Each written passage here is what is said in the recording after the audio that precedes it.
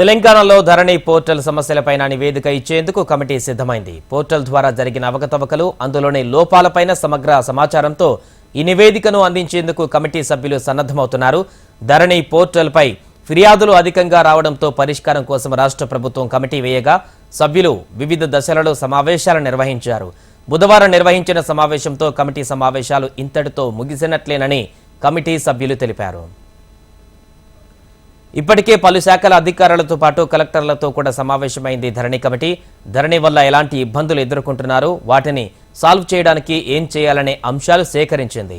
బుధవారం స్టాంపులు రిజిస్ట్రేషన్ శాఖ టీఎస్ఐఐసి అధికారులతో ధరణి కమిటీ సమీక్ష నిర్వహించింది. ధరణి రిజిస్ట్రేషన్లలో భారీగా లోపాలు ఉన్నట్లు కమిటీ సభ్యులు గుర్తించారు.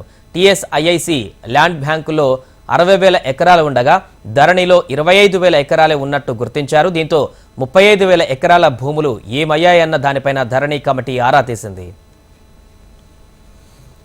ఇక ఇంటికి వెళ్లి రిజిస్ట్రేషన్ చేసే వెసులుబాటు కల్పించిన స్టాంపులు రిజిస్ట్రేషన్ల చట్టంపై కూడా సభ్యులు ఆరా తీశారు. ధరణి చట్టంలో అలాంటి వెసులుబాటు లేకపోయినా ఇంటికి వెళ్లి చేస్తున్నట్టు గుర్తించారు. భూసేకరణకు సంబంధించి ఇచ్చిన జీవోలు పూర్తి స్థాయిలో లేవని తెలిపారు. ఒక్క సబ్ డివిజన్ నిషేధిత జాబితాలో ఉంటే మొత్తం సర్వే నెంబర్ నిషేధిత జాబితాలో ఉంచడంతో సొంత భూమిదారులకు ఇబ్బందులు తలెత్తుతున్నాయని కూడా కమిటీ సభ్యులు గుర్తించారు.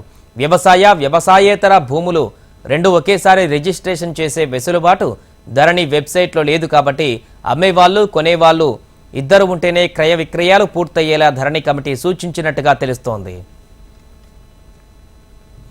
ధరణి కమిటీ మొదటగా వివిధ జిల్లాలకు సంబంధించిన కలెక్టర్తో సమావేశమైన సందర్భంలో ధరణి ఉన్న సమస్యలు ఎలాంటి పరిష్కార మార్గాలు తీసుకుంటే బాగుంటుందని దానిపైన ఫీడ్బ్యాక్ తీసుకుంది. దేవాదాయ శాఖతో పాటు అటవీ శాఖతో సమావేశమై ధరణి సమస్యలపై ఆరా తీసింది.